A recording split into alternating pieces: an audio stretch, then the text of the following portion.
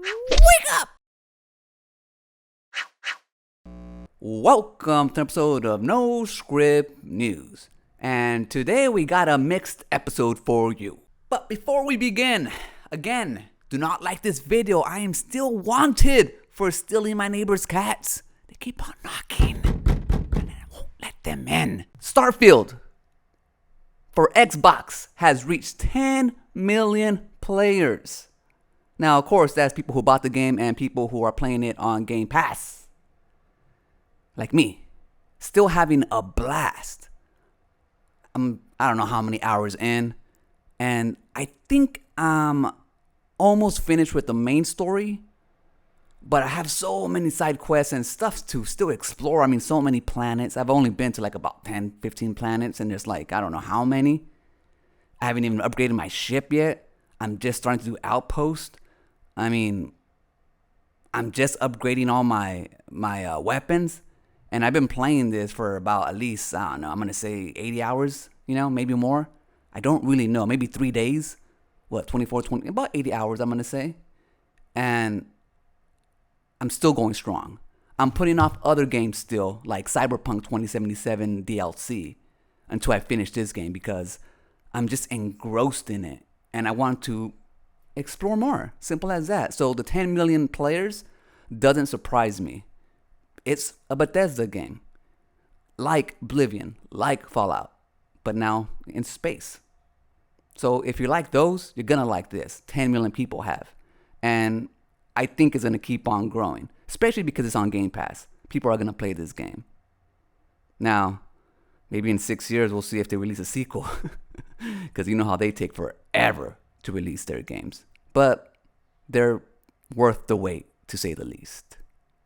Now, this part of news that I came across really saddened me, and it's about Sega. It turns out that Sega has canceled their most expensive game. It's called Hyena. It was a shooter in the vein of, I don't know, what's that one? Not Call of Duty, not Battlefield. It starts with Apex. I don't even know what it's called anymore. I haven't played it for so long. But it's supposed to be like high-end, fun, wacky type of gameplay. But for some reason, it turns out that I guess it just wasn't going to live up to expectations and they canceled it. Now, supposedly, it costs up to about $70 million, maybe more. More expensive than Shenmue back in the day. Now, I don't know if it's due to inflation and all that stuff. If it'll still be more expensive. But at least right now, the most expensive game that they were developing, they canceled. And if you look at the trailer, it almost looks like the game was pretty finished. So it must have been, when it was testing, with the public or behind the scenes, it must have tested pretty bad, pretty awful, that they just went ahead and canceled it after putting so much money. I have a soft spot for Sega. Always with the Sega. I was a Sega fan from the beginning. The Genesis, and you get the Dreamcast, and all so on. And it just seemed like they were always, against the wall with everything that they released, except for the Genesis, But with all the other consoles, all the other games, it always seemed like they were always on the edge of failing. And it just sucks that even though they started publishing games, they still can't get their act together. I think what it is chasing the big trends. A lot of these companies are doing that.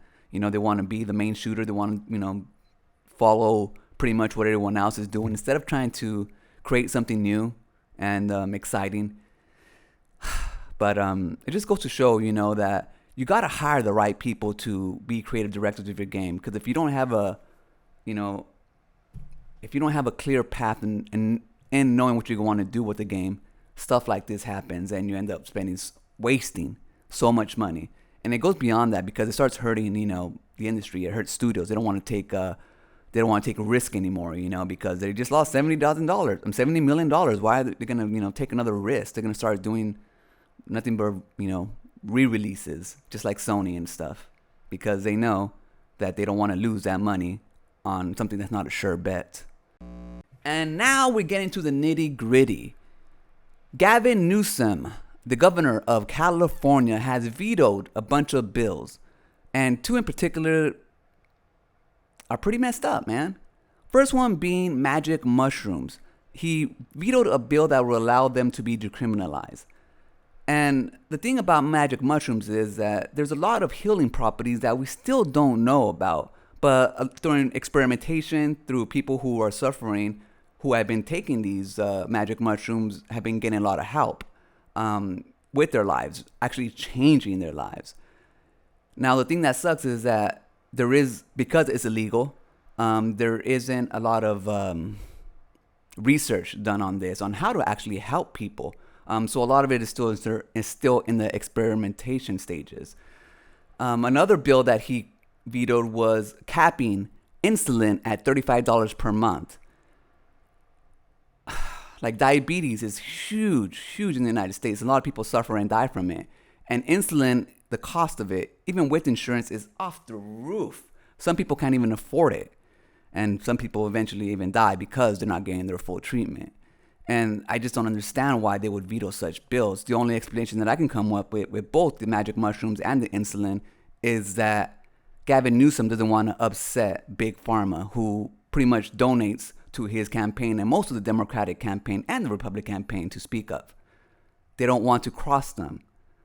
And it just leads me to believe that Gavin Newsom will be running for president soon. Maybe not this year, but maybe in the next 4 years. And so he wants to make sure that he has money coming in from not only Hollywood, but also Big Pharma when he does run for president.